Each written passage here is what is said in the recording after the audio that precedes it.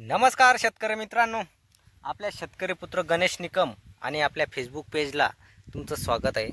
मित्रांनो, भरपूर शेतकऱ्यांचे कॉल मेसेज येत आहे की दादा आम्ही नवीनच आहे, अद्रक लागवडीविषयी माहिती आम्हाला संपूर्ण द्या।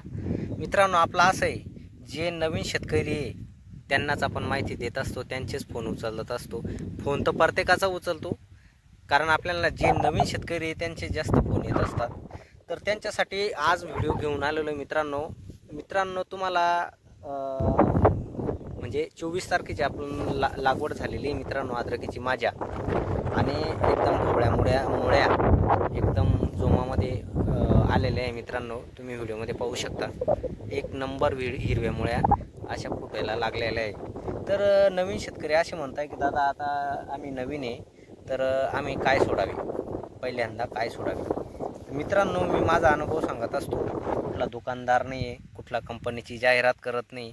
हा माझा मी साधा एक शेतकरी तुमच्या वाणी पोरगा आहे, आणि शेतकऱ्यांना मार्गदर्शनाचं काम मी मागच्या 4-5-1 वर्षापासून करत येतो आहे मित्रांनो। तर मित्रांनो, चॅनलला नवीन असाल तर सबस्क्राईब करा, फेसबुक पेजला फॉलो करा, कारण तुम्हाला एक व्हिडिओ तुम्हाला पाहायला आणि माझा अनुभव मी व्हिडिओच्या माध्यमातून सांगत राहील मित्रांनो, म्हणजे तुम्हाला ते नवीन जर असाल तर कामात येईल।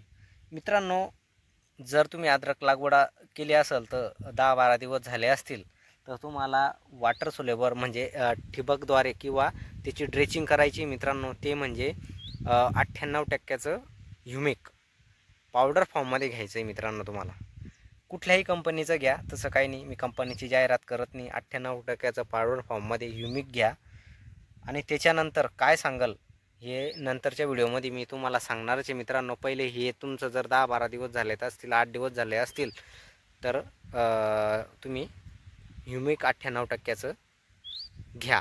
आणि मित्रांनो, भरपूर शेतकऱ्यांचे कॉल येत आहे, दादा अद्रकमध्ये गवत झालेलं आहे, काय करावे, अजून अद्रक उगली पण नाही आणि गवत भरपूर झालेलं आहे।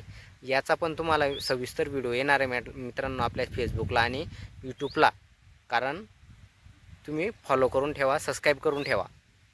व्हिडिओ कसा वाटला मित्रांनो कमेंट करून नक्की सांगा। जय जवान जय किसान।